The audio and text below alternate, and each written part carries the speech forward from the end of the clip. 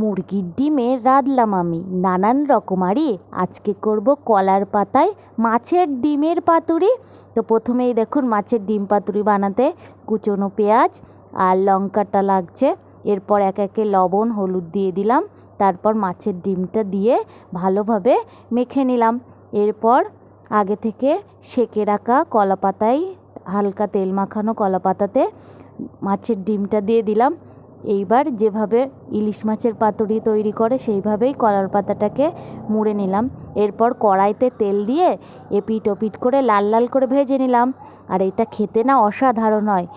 কলা পাতাটা পোড়া পোড়া হয়ে গেলে তবেই নামাবেন। এই যে ঢাকনা দিয়ে 20 মিনিট রেখে দিলেই রেডি মাছের ডিমের পাতুরি। একবার এইভাবে রেঁধে খেয়ে দেখবেন আর কমেন্টে অবশ্যই জানাবেন কেমন হয়েছে। আমার ভিডিওটা ভালো লাগলে লাইক শেয়ার সাবস্ক্রাইব করবেন। টাটা।